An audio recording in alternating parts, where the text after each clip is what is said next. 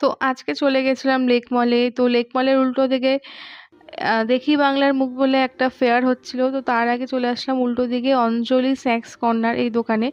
এই দোকানে আমি momo, 1 plate chicken fried momo order করলাম। তো বেশ ভালোই ছিল, তোমরা আসলে এখানে ট্রাই করতেই পারো।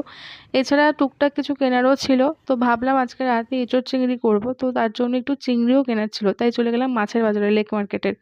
তো আমরা সাধারণত এই কাকুটার দোকান থেকেই নিয়ে থাকি মাছ। তো আজকেও একটু চিংড়ি নেবো বলেই চলে আসলাম, কিন্তু আস্তে আস্তে অনেকটা লেট হয়ে গেছে, দেখো কাকুর দোকানে মাছ প্রায় শেষ।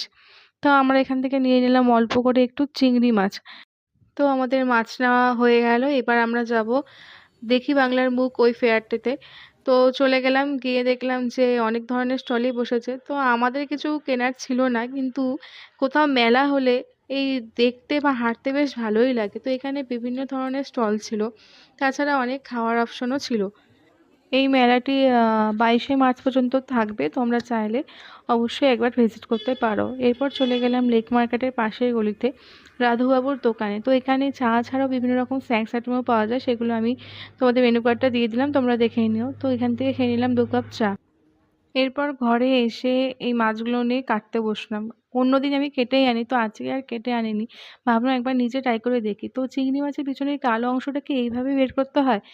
তোমরা আমাকে অবশ্যই একটু কমেন্টে জানিও, কারণ আমি এই প্রথমবার নিজের হাতে চিংড়ি মাছগুলো কাটছি। হ্যাঁ, ঈদ উপলক্ষে আমার পাশে দুজন বোন প্রথমবার নিজের হাতে তৈরি করা এই সেমাইয়ের পায়েস আমায় দিয়ে গেছিলো, যা খেতে এক কথায় অসাধারণ হয়েছিল। তো আজকে ছিল এই আমাদের ডিনার। ব্লগটা ভালো লাগলে চ্যানেলটি অবশ্যই সাবস্ক্রাইব করো। দেখা হচ্ছে নেক্সট ব্লগে।